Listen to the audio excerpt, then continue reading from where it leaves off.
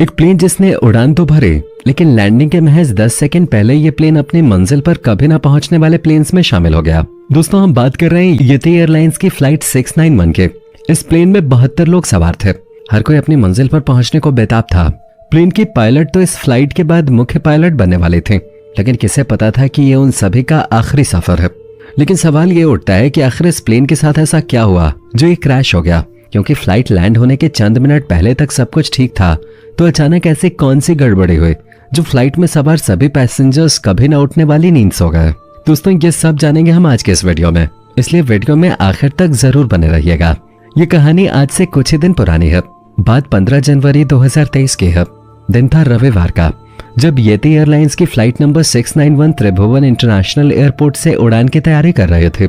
सोनू, अनिल, अभिषेक और विशाल ये वो 4 दोस्त हैं जो इसी फ्लाइट में अपना हॉलीडे प्लान करके निकले थे।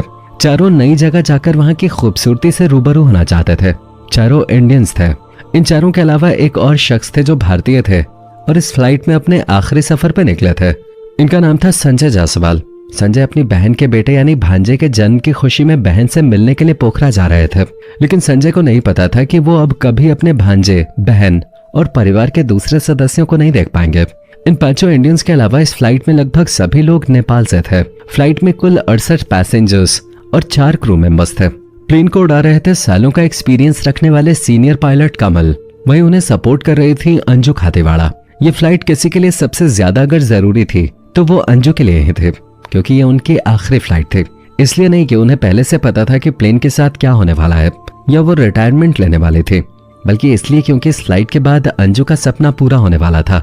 जी हाँ, अंजू खातेवाड़ा इस प्लेन को सक्सेसफुली लैंड करवाने पायलट बन जाते, उन्हें पायलट का लाइसेंस मिल जाता। इसलिए वो इस फ्लाइट को लेकर बहुत एक्साइटेड थे।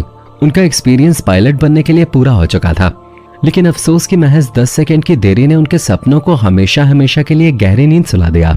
आपको बता दें कि पायलट बनने के लिए 100 फ्लाइंग आवर्स जरूरी होते हैं, जो इस फ्लाइट के साथ ही अंजू पूरे करने वाली थी। सूत्र बताते हैं कि अंजू के पति भी यती एयरलाइंस के लिए ही काम किया करते थे। वो भी एक पायलट ही थे जिन्होंने इसी तरह के क्रैश में कई सालों पहले अपनी जान गंवा दी थी। और अब अंजू ने भी ठीक उन्हीं की तरह अपने पायलट बनने के सफर के इस आखिरी फ्लाइट के साथ अपनी जिंदगी का सफर भी पूरा कर लिया। 15 जनवरी को फ्लाइट 691 ने रनवे से सभी 72 लोगों के साथ सकुशल उड़ान भरे। अपनों से मिलने के लिए सभी बेताब थे। प्लेन को त्रिभुवन इंटरनेशनल एयरपोर्ट से पोखरा एयरपोर्ट तक का सफर तय करना था। उड़ान भरने के कुछ समय तक सब कुछ ठीक था। प्लेन खुले मौसम और ऊंचे ऊंचे पहाड़ों के बीच मजे से उड़ रहा था। पोखरा इंटरनेशनल एयरपोर्ट तक पहुंचने के लिए अब ज्यादा समय बाकी नहीं था। बता दें, पोखरा इंटरनेशनल एयरपोर्ट नेपाल के अंदर स्थित है। नए साल के दिन यानी 1 जनवरी 2023 को ही पोखरा इंटरनेशनल एयरपोर्ट का उद्घाटन किया गया था।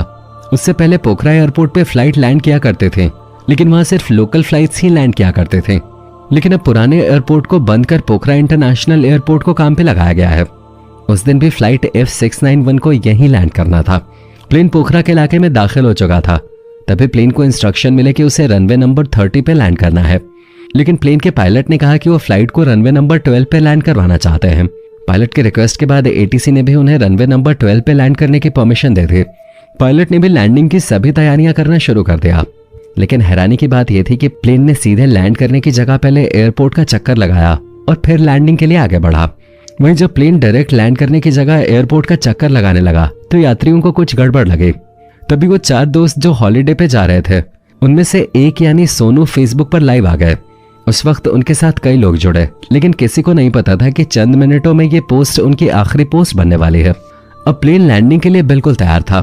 सभी पैसेंजर्स अपनी मंजिल तक पहुंचने की खुशी में थे। इसी बीच वहां के एक लोकल सिविलियन ने वीडियो रिकॉर्ड करनी चाहिए और अपनी छत पे चला गया। यहाँ जैसे इस शख्स ने वीडियो रिकॉर्डिंग शुरू की तो उसके कैमरे में एक प्लेन कैद हुआ। शख्स ने देखा कि प्लेन धीरे धीरे नीचे की तरफ लैंड हो रहा है। देखते देखते ही वो प्लेन सीधे लेफ्ट की तरफ मुड़ गया और फिर हुआ एक जोरदार धमाका। प्लेन क्रैश हो गया। लैंडिंग के महज कुछ सेकंड पहले ही प्लेन से आग की लपटें उठने लगे। आग इतनी भयानक थी कि फौरन आसपास के लोगों ने आग पर पानी डालना शुरू किया, लेकिन आग पर काबू नहीं पाया जा सका। रेस्क्यू टीम ने भी दौड़ लगा दी, पर अफसोस कि प्लेन में सवार एक भी यात्री नहीं बच सका। प्लेन में सवार सभी पैसेंजर्स सहित क्रू मेंबर्स और पायलट्स कभी न उठने वाली नींद सो गए। चंद सेकेंड्स में सब कुछ खत्म हो गया, लेकिन जो सवाल खड़ा हुआ वो ये कि आखिर सीधा आता हुआ ये प्लेन अचानक से लेफ्ट की तरफ कैसे झुक गया और लैंडिंग के कुछ सेकंड पहले ही यह हादसा क्यों हुआ। चलिए इसे समझने की कोशिश करते हैं। सबसे पहले इस वीडियो पे गौर कीजिए। वीडियो में हमें साफ नजर आ रहा है कि प्लेन अपनी मंजिल की तरफ सही से बढ़ रहा था, लेकिन लैंडिंग के कुछ सेकंड पहले ही वो बाईं तरफ घूम जाता है और नीचे नीचे आते ये पूरी तरह से रोल हो जाता है और फिर सब कुछ खत्म। यूं तो अभी इस पूरे हादसे पे जांच होनी है, लेकिन जो पॉसिबिलिटीज हो सकते हैं उनको हम आपके साथ शेयर करने जा रहे हैं। इस हादसे की जो पहली वजह नजर आती है वो स्टॉल हो सकते हैं। दरअसल स्टॉल एविएशन की भाषा में कहा जाता है, जिसका संबंध सीधे सीधे स्पीड से जुड़ा होता है। हर प्लेन के अंदर मिनिमम और मैक्सिमम स्पीड होती है। अब अगर एक प्लेन अपने मिनिमम स्पीड से कम पे उड़ रहा है तो वहां होगा मिनिमम स्टॉल या स्लो स्पीड स्टॉल, और अगर कोई प्लेन अपने मैक्सिमम या ज्यादा से ज्यादा स्पीड को क्रॉस करके उड़ रहा है तो वहां हो जाती है हाई स्पीड स्टॉल।